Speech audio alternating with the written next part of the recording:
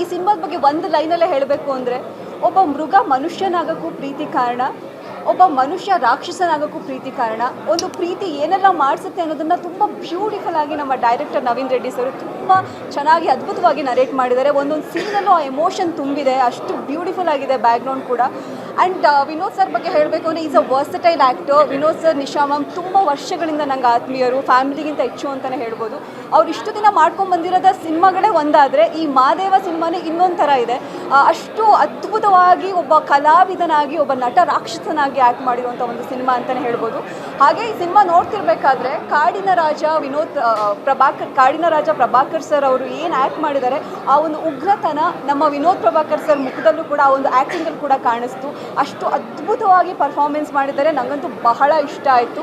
And Robert ಜೋಡಿನ ತೆರೆ ಮೇಲೆ ನೋಡಬೇಕು ಅಂತ ಬಹಳಷ್ಟು ಜನಕ್ಕೆ ತುಂಬ ಕಾತರದಿಂದ ಕಾಯ್ತಾ ಇದ್ರು. ಆ ಒಂದು ಕನಸು ಇವಾಗ ನನಸಾಗಿದೆ.